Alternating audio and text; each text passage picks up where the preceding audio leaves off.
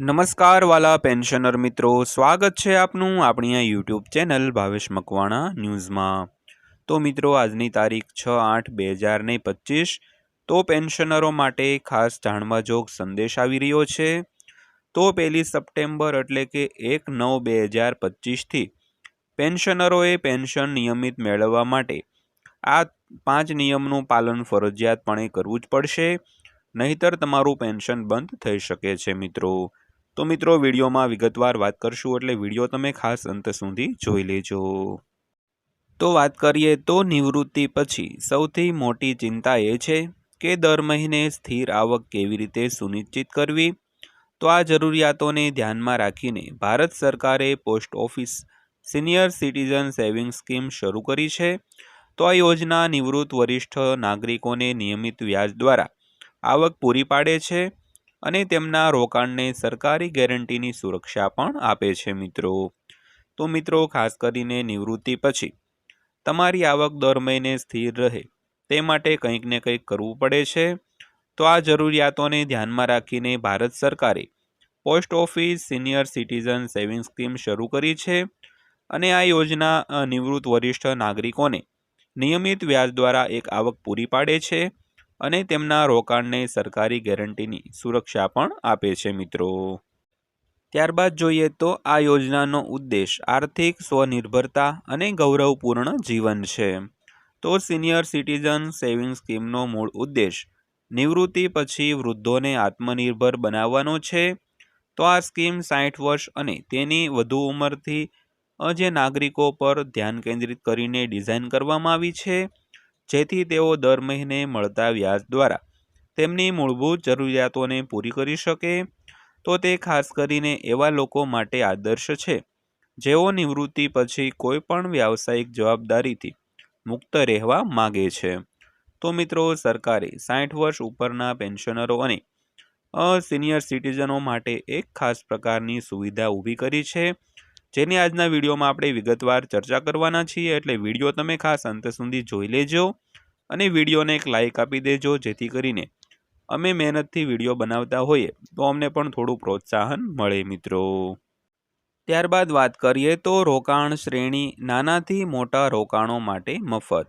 તો આ યોજનામાં રોકાણની મર્યાદા ₹1000થી છે, જેની મહત્તમ સામાન્ય નાગરિકો પણ તેનો ભાગ લઈ શકે છે। તો મહત્તમ મર્યાદા ₹30 લાખ છે, જે મોટા ભાગના નિવૃત્ત વ્યક્તિઓના નાણાકીય આયોજન માટે પૂરતી માનવામાં આવે છે। તો સિંગલ અને સંયુક્ત બંને ખાતાઓની સુવિધા આ યોજનાને વધુ લવચીક બનાવે છે, જેથી પતિ પત્ની ભવિષ્ય માટે સાથે મળીને આયોજન પણ કરી શકે મિત્રો।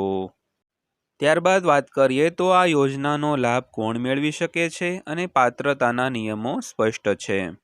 તો આ યોજના માટે પાત્રતાના નિયમો એકદમ સ્પષ્ટ છે। સામાન્ય રીતે 60 વર્ષ અને તેથી વધુ ઉંમરના ભારતીય નાગરિકો અરજી કરી શકે છે। તો સ્વૈચ્છિક નિવૃત્તિ લીધા બાદ 55થી 60 વર્ષની વયના લોકો પણ પાત્ર છે।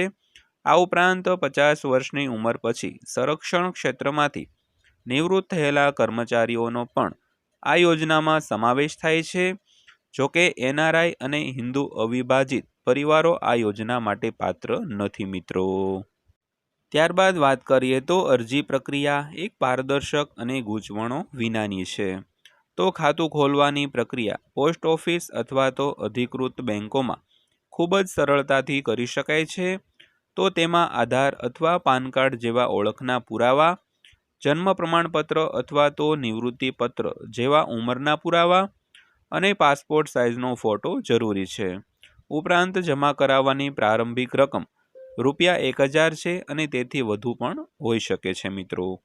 તો મિત્રો, ખાસ કરીને અરજી કરવા માટે તમારે પોસ્ટ ઓફિસ અથવા તો કોઈ અધિકૃત બેંક હોય તેમાં જવાનું રહેશે અને આધાર માટે આધાર કાર્ડ, પાન કાર્ડ અને જન્મનું પ્રમાણપત્ર અથવા તો નિવૃત્તિ પત્ર જેવા જે ઉંમરના પુરાવા છે અને પાસપોર્ટ સાઇઝનો ફોટો જરૂરી છે।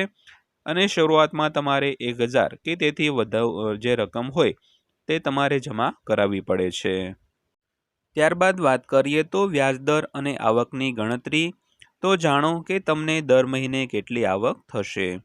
તો post office senior citizen scheme 2025 8.2% વાર્ષિક વ્યાજ આપી રહી છે, જે અન્ય કોઈ પણ બચત યોજના કરતાં વધુ સારી છે. તો વ્યાજની ગણતરી ત્રિમાસિક ધોરણે કરવામાં આવે છે, પરંતુ ચૂકવણી દર મહિને કરવામાં આવે છે.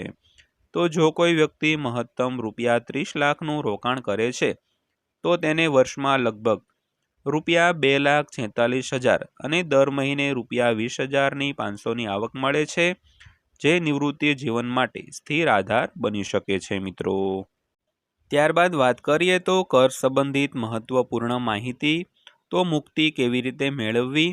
તો આ યોજનામાંથી મળતું વ્યાજ કરપાત્ર આવક તરીકે ગણવામાં આવે છે, અને જો વ્યાજ ₹50,000થી વધુ હોય તો TDP કાપી શકાય છે, અને વરિષ્ઠ નાગરિકોની કુલ આવક ટેક્સ સ્લેબમાં આવતી નથી, તો તેઓ ફોર્મ 15H ભરીને TDS ટાળી શકે છે. ઉપરાંત આ યોજનામાં રોકાણ કરવાથી આવકવેરા મર્યાદાની કલમ 80C હેઠળ ₹1.5 લાખ સુધીની કરમુક્તિ પણ મળે છે મિત્રો. ત્યારબાદ વાત કરીએ તો યોજનાની મુદત અને નવીનીકરણ વિકલ્પ. તો લાંબા ગાળાનું રક્ષણ. તો પોસ્ટ ઓફિસ સિનિયર સિટીઝન સ્કીમનો પ્રારંભિક સમયગાળો 5 વર્ષનો છે. તો આ ખાતું પરિપક્વતા પછી બીજા 3 વર્ષ માટે લંબાવી શકાય છે, એટલે કે આ યોજનાના લાભો કુલ 8 વર્ષ માટે મેળવી શકાય છે. તો પરિપક્વતા પછી 1 વર્ષની અંદર નવીનીકરણ માટે અરજી કરવી જરૂરી છે. તો આ સુગમતા એવા લોકો માટે આદર્શ છે, જેઓ લાંબા સમય સુધી સુરક્ષિત રોકાણ કરવા ઈચ્છે છે. ત્યારબાદ વાત કરીએ તો સરકારી ગેરંટી અને માસિક આવક. તો વૃદ્ધો માટે બેવડી સુરક્ષા. તો આ યોજનાની સૌથી મોટી ખાસિયત એ છે કે તેમાં સરકારની સંપૂર્ણ ગેરંટી છે, તેથી આ યોજના સંપૂર્ણપણે જોખમ મુક્ત છે. આ ઉપરાંત માસિક આવકની સુવિધા તેને અન્ય યોજનાઓથી અલગ બનાવે છે, અને વૃદ્ધોને દર મહિને એક નિશ્ચિત રકમ મળે છે, જેથી તેમના ખર્ચ સરળતાથી પૂરા કરી શકે મિત્રો. તો મિત્રો આ યોજના માટે સરકાર પોતાની ગેરંટી આપે છે, તેથી આ યોજના છે તે સંપૂર્ણપણે રિસ્ક મુક્ત છે, કોઈ પણ જાતનું જોખમ નથી. આ ઉપરાંત જે માસિકની સુવિધા છે તે માસિક આવક તેને અન્ય યોજનાઓથી અલગ બનાવે છે, અને વૃદ્ધોને દર મહિને એક નિશ્ચિત રકમ મળે છે, જેથી તેમના ખર્ચ સરળતાથી પૂરા થઈ શકે મિત્રો. તો ત્યારબાદ અંતમાં વાત કરીએ તો વૃદ્ધો માટે ગૌરવપૂર્ણ જીવનનો પાયો. તો ઝડપથી વધી રહેલી મોંઘવારી અને આરોગ્ય ખર્ચના યુગમાં નિયમિત આવક હોવી અત્યંત મહત્વપૂર્ણ છે. તો આ યોજના ફક્ત વર્તમાન ખર્ચાઓને જ પૂર્ણ કરતી નથી, પરંતુ વૃદ્ધોને આત્મનિર્ભર રહેવામાં પણ મદદ કરે છે. તો તેઓ કોઈના પર નિર્ભર નથી રહેતા અને જીવનનું ગૌરવ જાળવી શકે છે. તો સરકાર દ્વારા પૂરી પાડવામાં આવતી આ સુવિધા વરિષ્ઠ નાગરિકો માટે વિશ્વસનીય ભવિષ્યનો પાયો બની શકે છે મિત્રો. તો મિત્રો વરિષ્ઠ નાગરિકો તેમજ પેન્શનરો માટે સરકારે ખાસ પ્રકારની જાહેરાત કરેલી છે, જેની આજના વિડીયોમાં આપણે વાત કરી. તો વિડીયો અંત સુધી જોયો તે બદલ આપનો દિલથી આભાર. વિડીયો પસંદ આવ્યો હોય, માહિતી સારી લાગી હોય, અમારી મહેનત સારી લાગી હોય તો વિડીયોને લાઇક કરજો, અને આવા જ વિડીયો જોવા માટે આપણી આ ચેનલ સબસ્ક્રાઈબ કરી લેજો. તો ફરીવાર પાછા મળીશું એક નવા વિડીયો સાથે, નવી માહિતી સાથે. ત્યાં સુધી સૌને જય હિન્દ, વંદે માતરમ.